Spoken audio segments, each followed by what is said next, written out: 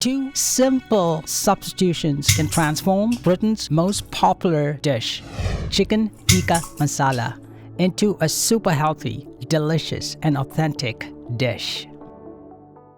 So today, I'm going to create a lighter, healthier version of chicken tikka masala with the goal of not sacrificing any of the texture, flavor, or taste of the original dish. In terms of preparation, the steps are identical to that of butter chicken, a video I did 2 weeks ago. However, there are subtle distinctions in flavor. Butter chicken is mild in terms of the spice flavors and has got a buttery, velvety feel to it. Chicken tikka masala has got many more spice flavors and has got a tomatoey feel to it. The basic technique involves charring or browning meat and then coating it with a rich gravy. Traditionally, the meat is charred in a tandoor oven that goes as high as 900 degrees Celsius. But I don't have a tandoor oven, so I'm using certain strategies to simulate a tandoor oven. The original chicken tikka masala recipe tallies at 465 calories, 28 grams of fat, and 33 grams of protein per serving that contains 4 ounces of chicken. My goal is to reduce the fat and calorie content of the original to produce a dish that is approximately 305 calories, 7 grams of fat, and 33 grams of protein per serving if using chicken breasts, and 347 calories, 13 grams of fat, and 33 grams of protein per serving if using chicken thighs. In the original recipe, oil and cream are the high-fat, high-calorie components. In this recipe, I'm substituting heavy cream with evaporated milk and oil with light butter. The original recipe uses chicken breasts, but I'm using chicken thighs instead for a juicier flavor, so this will add slightly to the calorie fat content of the dish. I trim the fat off the chicken thighs, but for an extra lean dish, use chicken breasts instead. Therefore, the total reduction in calories and fat is 118 calories and 15 grams of fat per serving if using chicken thighs, and 160 calories and 21 grams of fat per serving if using chicken breasts. First, let's prepare the vegetables needed for the recipe. 1.5 cups onion,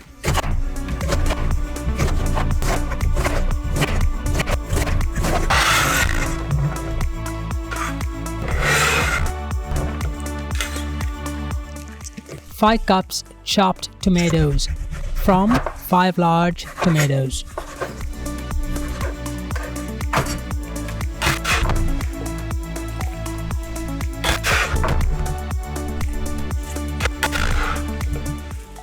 One chili minced with ribs and seeds removed. If you want the dish to be spicy, leave the seeds and ribs in there.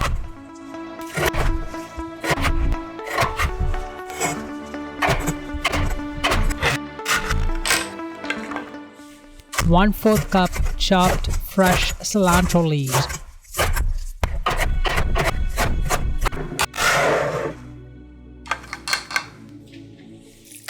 Now let's get the chicken ready. 2 pounds chicken breasts or thighs. First, I'm going to trim the fat from the chicken. I'm using chicken thighs, but you can use chicken breasts for a leaner option. Cut the chicken into large 3-4 inch pieces, which are easier to handle in the oven and will not dry as much, which could lead to overcooking. At the end, after the chicken is cooked, you can cut it into smaller pieces as discussed later. Now let's start with the recipe. In a large mixing bowl, combine the 2 pounds chicken breasts or thighs, cut into 3-4 inch pieces, 1 teaspoon salt, half teaspoon ground cumin, half teaspoon ground coriander, half teaspoon red chili powder, 4 tablespoons plain low-fat yogurt, 1 teaspoon oil, 1 tablespoon grated fresh ginger from 1 inch piece of ginger, and 2 teaspoons minced or crushed fresh garlic from 2 garlic cloves. Mix well until the chicken pieces are fully coated. Although I didn't do it here, you could create a few cuts or slits on the chicken pieces with the kitchen scissors to allow more of the mixture to seep into the chicken. Cover and refrigerate for 30 minutes, or between 4 to 24 hours for a softer, juicier texture.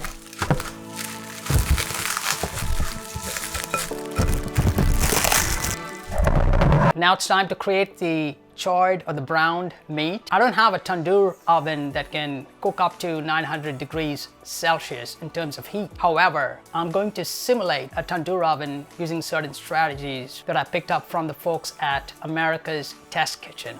If you have an oven with the broil option, line a foil sheet beneath the grill of a broiler pan.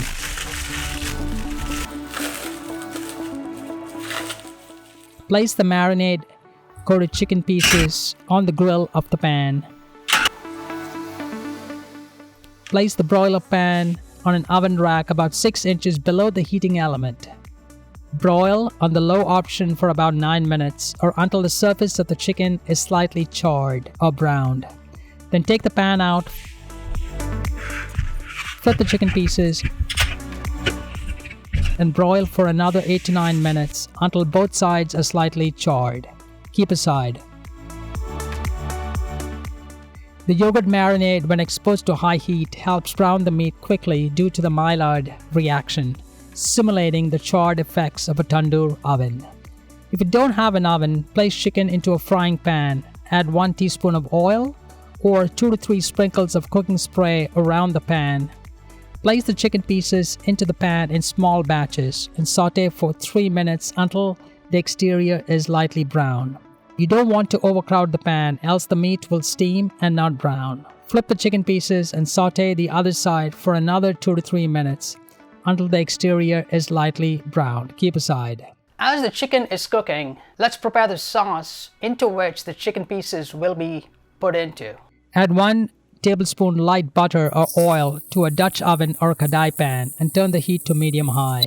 When the pan is hot and the butter or oil shimmers, add 1.5 cups chopped onion and saute for 8 to 10 minutes, stirring frequently until light brown.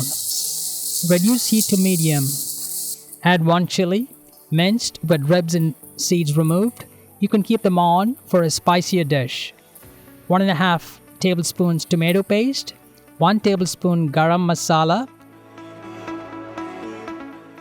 2 teaspoons minced or crushed fresh garlic from 2 garlic cloves, and 2 teaspoons grated fresh ginger from 3/4 inch piece of ginger.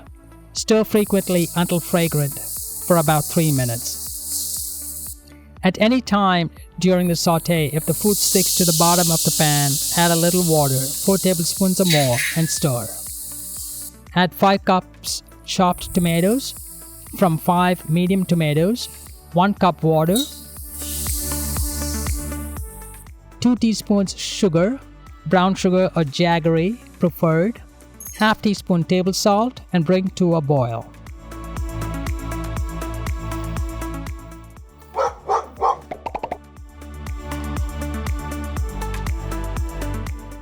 Reduce heat to medium-low, cover and simmer, that is, you'll see a few bubbles here and there, for about 15 minutes, stirring occasionally. Add 2/3 cup evaporated milk, stirring frequently, and return to simmer for about 2 minutes. Remove pan from heat and cover with a lid to keep warm. So now the chicken is finished cooking and it's time to add it into the sauce. But before we add it, let the chicken rest for about 5 minutes or so to regain some of the moisture lost, some of the juiciness that it lost during the cooking process. Cut it into small pieces about 1 inch or so that can fit on a fork. Add the chicken into the warm sauce and stir to blend everything together. Now taste the flavor. If it is too dull, add up to half teaspoon or more of salt. If it is too sour with all of the tomato we added, add up to half teaspoon or more of sugar. Sprinkle in 1/4 cup chopped fresh cilantro and serve.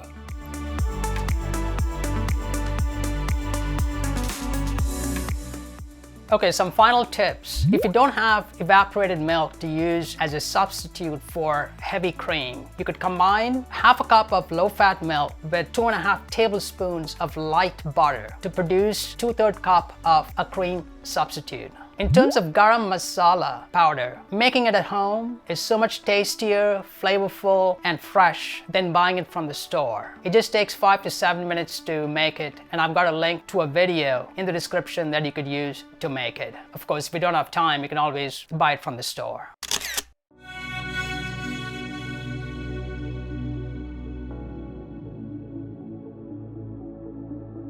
Thanks for watching. If you found this video helpful in any way, don't forget to click the like button. And I'd recommend you check out one of the videos listed on the screen, just like this one. And I'll see you in the next video.